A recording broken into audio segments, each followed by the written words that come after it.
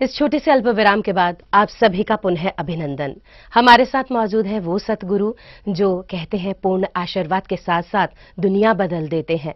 जो हमारे भीतर एक खुशियों का संसार छिपा हुआ है, उन खुशियों को हमारे मुख तक लाने में सक्षम है वो। अभिनंदन एक बार पुनः उनका करेंगे। बहुत बहुत स्वागत सदगुरु ओशो श्री सिद्धार्थ औलिया जी महाराज का।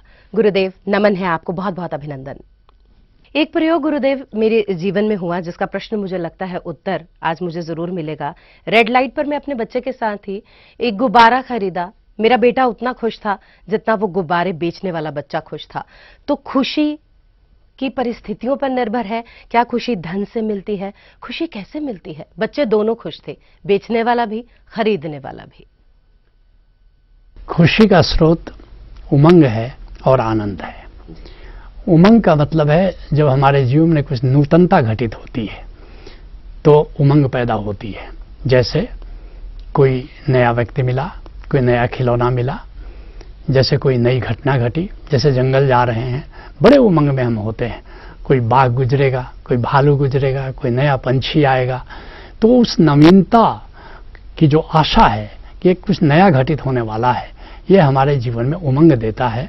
और खुशी जो है उमंग की छाया है, जब हमें उत्साह मिलता है। और दूसरा जो आनंद है उसका संबंध हमारे भीतर से है। जब भीतर हम बहुत ही अच्छा महसूस करते हैं, अर्थात जब हमारे भीतर कोई विचार नहीं चल रहा होता है, एक भीतर एक शांति होती है, भीतर एक तृप्ति होती है। जब तृप्ति का एहसास हमें आनंद देता है और नूतनता का एहसास हमें उमंग देता है।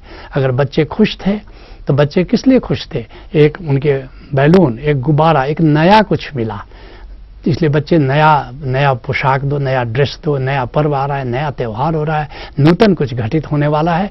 बच्चे हमेशा नूतनता में खुश हो जाते हैं क्योंकि उनको उमंग मिलता है। और बच्चे कहते हैं हमें बहुत बोर लग रहा है, क्यों? अब नया कुछ नहीं है। ठीक इसी तरह से वो बच्चा क्यों खुश हो गया? उसको तृप्ति मिली, उसको कुछ पैसे मिले, उसको एक तृप्ति का एहसास हुआ, तो इससे वो आनंदित हो गया। ये हमको हमेशा याद रखना है कि अगर हमें खुश रहना है तो हमें उमंग का स्रोत खोजना होगा। जैसे प्रकृति है, हरियाली है, ये नीला आकाश है, ये नए पंछी हैं, कुछ नया जीवन में हमें करते रहना पड़ेगा। जैसे फुलवारी है, जैसे हम बागवानी है, कुछ नया, नई कोपल निकली कि नया फूल निकला, तो कुछ नए की खोज करनी होगी अगर हमें खुश रहना है। और दूसरा कुछ ऐसा करना है कि हमें तृप्ति मिले, मगर अंततः हमको खोजना होगा। ये तृप्ति बाहर से नहीं मिलती, यह तृप्ति तो हमारी आत्मा में है। और वहाँ जाकर के हम ऐसी तृप्ति महसूस करते हैं कि हमको खुश रहने के लिए अब बाहर से किसी चीज़ की ज़रूरत नहीं है। मैं अपने एकांत में तृप्त रह सकता हूँ। उस एकांत में तृप्ति का एहसास ही आनंद है और प्रकट में नए का एहसास ही उमंग है। खुशी के यही दो द्वार हैं। क्या बात, बहुत सुंदर। यानी इस जगत में रहते हुए एक साधक उस जग को अपने भीतर क्यों ना समा कर रखे। कईयों ने ये प्रश्न किया कि जब नाव जो है जल में चलती है तो अगर जल नाव में आ जाए तो बुरा है, लेकिन नाव जल में ही चलेगी। तो गुरुदेव मेरा यही प्रश्न है, हम इस जगत में रहते हैं तो जगत हमारे भीतर कैसे न समाये, हम एकाग्र कैसे हों? ये बहुत बड़े प्रश्न हैं जिनके उत्तर कैसे मिल सकते हैं। ओशो ने एक बड़ा बहुमूल्य सूत्र दिया है। कहा है कि जीवन को ऐसे जियो जैसे एक अभिनय हो, और अभिनय को ऐसे करो जैसे जीवन हो। जब वो स्वामी विनोद भारती विनोद खन्ना को मार्गदर्शन दे रहे थे, विनोद ने जब पूछा था कि मेरे लिए कुछ आप गाइडलाइन दें, तो ओशो ने ये बहुमूल्य सूत्र दिया था।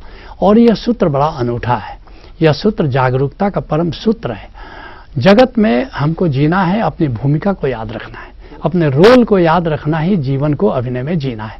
हम पुत्र हैं, हम पिता हैं, हम कहीं साधक हैं, हम कहीं बॉस हैं, हम कहीं सबॉर्डिनेट हैं।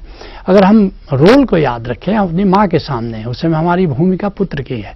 हमको याद रखना है कि हमको एक सुपुत्र की भूमिका अदा करनी है ताकि हमारी माँ खुश हो जाए। हम पिता के सामने बैठे हैं, हम पुत्र या पुत्री की भूमिका में हैं, तो ऐसे अपना रोल अदा करें कुशलता से कि मेरे पिता को तृप्ति मिले और संतोष मिले। ऐसे ही हम पति हैं कहीं, हम पत्नी हैं कहीं, हम प्रेमी हैं कहीं, हम प्रेमिका हैं कहीं।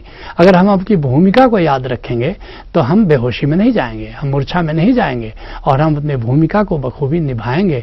फिर कामना कैसी, फिर क्रोध कैसा, फिर ईर्ष्या कैसी, फिर द्वेष कैसा, फिर मोह कैसा, फिर लोभ कैसा, और फिर हम अपनी भूमिका को साक्षी होकर के जब निभाएंगे तो हमारी भूमिका कुशल होगी, और जगत में हम ऐसा जी सकेंगे कि हम स्वयं भी आनंदित रहेंगे और हमारे संपर्क में जो भी आएगा वह भी आनंदित होगा। ओशो ने ध्यान और प्रेम में अंतर बताते हुए कहा कि दूसरे पर ध्यान देना प्रेम है और स्वयं को प्रेम करना ध्यान है, और ध्यान और प्रेम के दो पंख हो जाएं तो हम जीवन में जहाँ कहीं भी हों हम बहुत ही सुंदर ढंग से उड़ान भर सकेंगे, जिस उड़ान में हम आनंद और प्रेम दोनों का आनंद उठा पाएंगे। ये दोनों हमारे पंख बन जाएंगे। बहुत सुंदर। गुरुदेव की बात से याद आ गया, तब हम पड़ोसी की कार से, पड़ोसन के 9 लखे हार से, दूसरे की नौकरी से, अपने बच्चों की शादी ना होने से, इन परेशानियों के सबब करना छोड़ देंगे और एक अंतर एकाग्रता के भाव तक पहुंचेंगे। गुरुदेव, जब आपको एनलाइटनमेंट हुआ,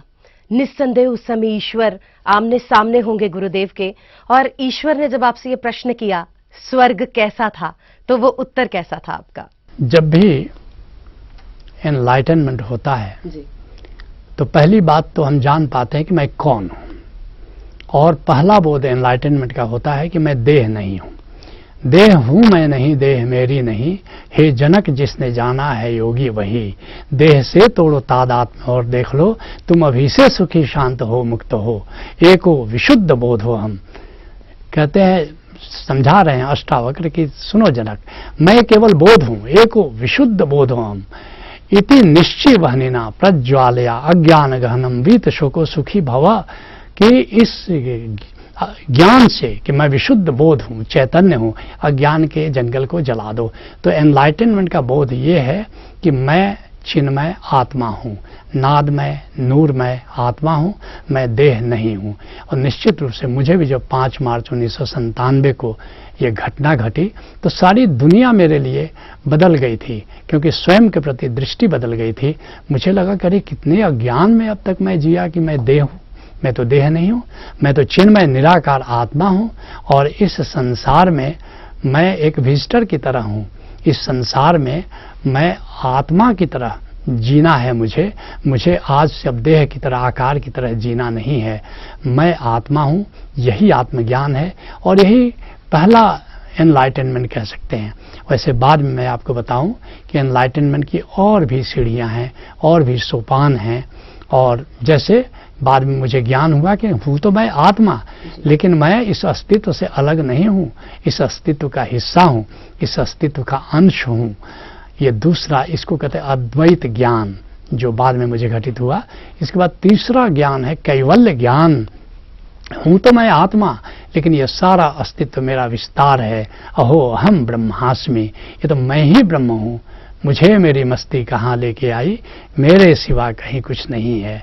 फिर आगे की यात्रा हुई तो निर्वाण ज्ञान घटित हुआ, जहाँ ऐसा अनुभव हुआ कि न मैं हूँ न तुम हो, मैं और तुम जैसी कोई चीज नहीं है, एक ही अस्तित्व, ऑल परवेडिंग ब्लिसफुल एग्जिस्टेंस है।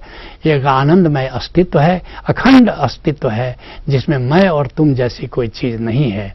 फिर और जब हम आगे बढ़ते हैं तो ये पांचवा ज्ञान, 5वीं संबोधि घटित होती है, जिसको परम पद कहते हैं।